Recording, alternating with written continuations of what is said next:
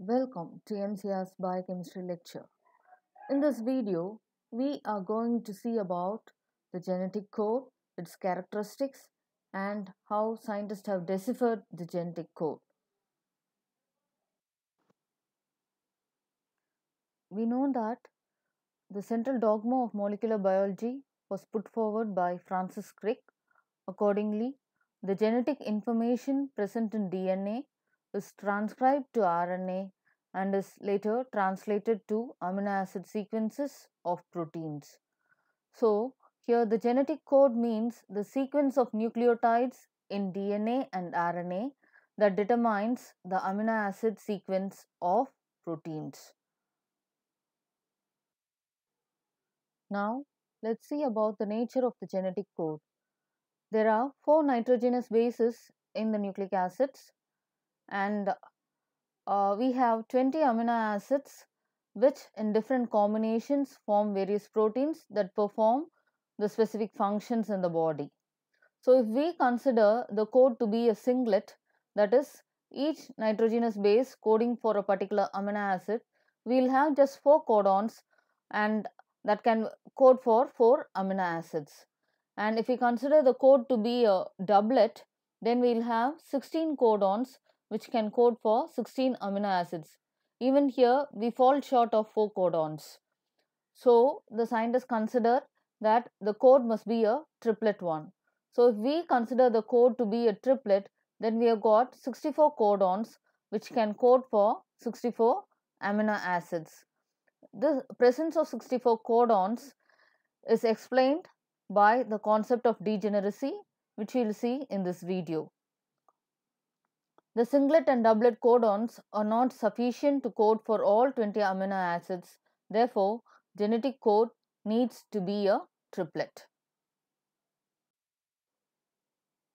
The triplet nature of genetic code was proved by scientists Marshall Nirenberg, Heinrich Matthaei, Hargobind Khurana, Francis Crick, and Philip Leder. So here you got the table of the genetic code, which shows the exact placement of each letter, the first, second, and the third. And also we have got the corresponding amino acids coded by each codon.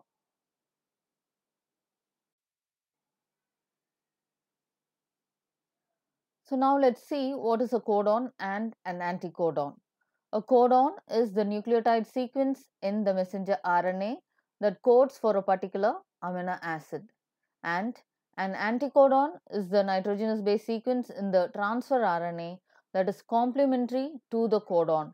This plays a major role during the process of translation. Moving on to the characteristics of a genetic code, as we saw earlier, the code is a triplet. It is collinear, common-less, non-overlapping, unambiguous, universal, degenerate, and we have specific initiation and stop codons for the polypeptide chain synthesis. So let's see the characteristics in detail one by one. So here, as we saw earlier, the code is triplet in nature. It was scientist George Gamow in 1954 who suggested that each codon consists of 3 nitrogenous bases. So, a codon is a sequence of 3 nitrogenous bases in the messenger RNA that codes for a specific amino acid in a polypeptide chain. The codons and the corresponding amino acids in the polypeptide chain have a linear arrangement. This is called as collinearity, and the collinearity of the genetic code has been proved by the studies of nucleotide substitutions in E. coli by Janowski in 1964 and studies in T4 mutants. The genetic code has polarity and it is always read in 5' to 3' direction.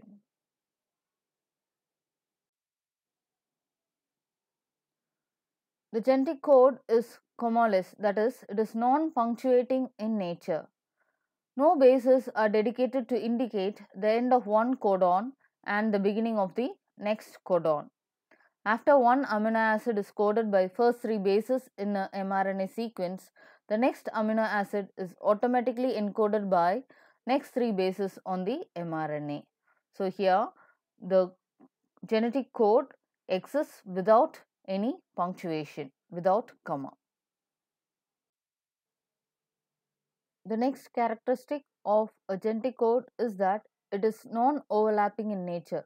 That is, the same base is not shared between two adjacent codons.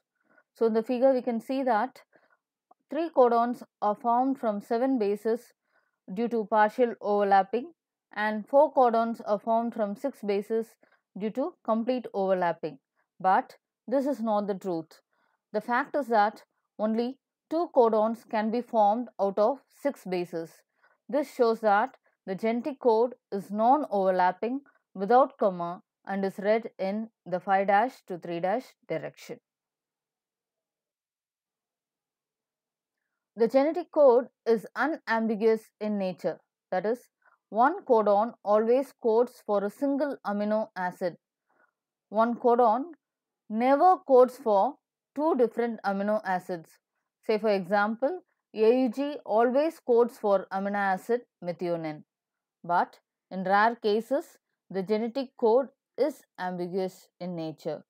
Very rare cases, for example, in streptomycin sensitive strain of E. coli, UUU that normally codes for phenylalanine may also code for isoleucine, leucine or serine when ribosomes are treated with streptomycin. The conditions that affect the unambiguity are the presence of streptomycin, high magnesium concentration and changes in the pH. In all living systems, a particular genetic code will always code for the same amino acid. This is called as the universal nature of the genetic code. For example, the codon AAG codes for lysine in plants, animals as well as microbes. Again, here we have got a few exceptions. UGA, which is the codon for termination when it comes from the nucleus, codes for tryptophan when it comes from the mitochondria. Likewise, AUA codes for isoleucine when it is of nuclear origin and also mitochondrial origin in yeast, but in the case of mitochondrial origin in humans, it codes for methionine. And AGG and AGA codes for arginine when it comes from the nucleus as well as mitochondria in yeast, but it signals termination when it comes from the mitochondria in humans. So, except for these a few exceptions, the code is universal in nature. That is, from the lower organisms to the higher organisms, a particular genetic code will always code for the same amino acid. Next, we will move on to the most important characteristics of a genetic code, the degeneracy. A particular amino acid can be coded by more than one triplet codon. Since there are 64 codons for 20 amino acids, scientists concluded that a single amino acid is coded by two or more codons, and such codons are called degenerate codons or synonyms. The exception here is methionine and tryptophan, which are coded by one codon each. And the examples for degenerate codons are plenty. Here we have got that of phenylalanine. You can just see UUU and UUC codes for the same amino acid phenylalanine. Here, the first two bases are the same. Only the third base is degenerative, and this third base is called the Obel's base. So here we have got the tabulation which shows the number of codons for each amino acid. So for arginine, leucine and serine, there are 6 codons each. For alanine, glycine, proline, threonine and valine, it is 4. Isoleucine has got 3 codons and there are 3 stop codons which terminate the synthesis of the polypeptide chain. Then asparagine, aspartic acid, cysteine, glutamic acid, glutamine, histidine, Lysine, phenylalanine and tyrosine have 2 codons each, and finally methionine and tryptophan have 1 codon each. So the total amounts to 64. The reason for degeneracy is given by the Obel's hypothesis. It was Francis Crick who proposed the Obel's hypothesis in 1966. Accordingly, the base in the first position of anticodon on transfer RNA is usually an abnormal base like inosine, pseudoiridine, etc. And these abnormal bases are able to pair with more than one type of nitrogenous bases in the third position of the codon on mRNA. For example, inosine can pair with adenine, cytosine or uracil. Likewise, uracil can pair with adenine or guanine, and guanine can pair with uracil or cytosine. This third base is called the Obel base or fluctuating base and is responsible for the degeneracy. The last 2 nucleotides of an anticodon of transfer RNA are strictly complementary to the first 2 nucleotides of codon in the messenger RNA as per Chargaff's rule. The pairing of the third base on messenger RNA with the first base of anticodon of transfer RNA in a non-classical fashion is called pairing Obel or Obel base pairing. The advantages of degeneracy are: it favors genetic stability, it reduces mutational lethality, and it reduces the consequences of base pairing errors. The first 2 bases are important in coding. So, mutations that change the third base of the codon often go unnoticed and the amino acid in the polypeptide chain remains unchanged. Likewise, the synthesis of incomplete or non-functional proteins occurs that leads to appearance of recessive character, and hence degeneracy reduces mutational lethality. Now, let us see about the initiation and termination codons. The codon present in the beginning of the cistron is called the initiation codon, and it is always AUG, which codes for methionine or formyl methionine. In rare cases, GUG acts as the initiation codon and it codes for valine. The last codon of a cistron that signals the termination of a polypeptide chain is called as the termination codon. There are 3 termination codons, UAA, UAG and UGA, called as ochre, amber and opal respectively. The presence of any one of these termination codon signals the end of the polypeptide chain synthesis. Now let us see about the deciphering of a genetic code.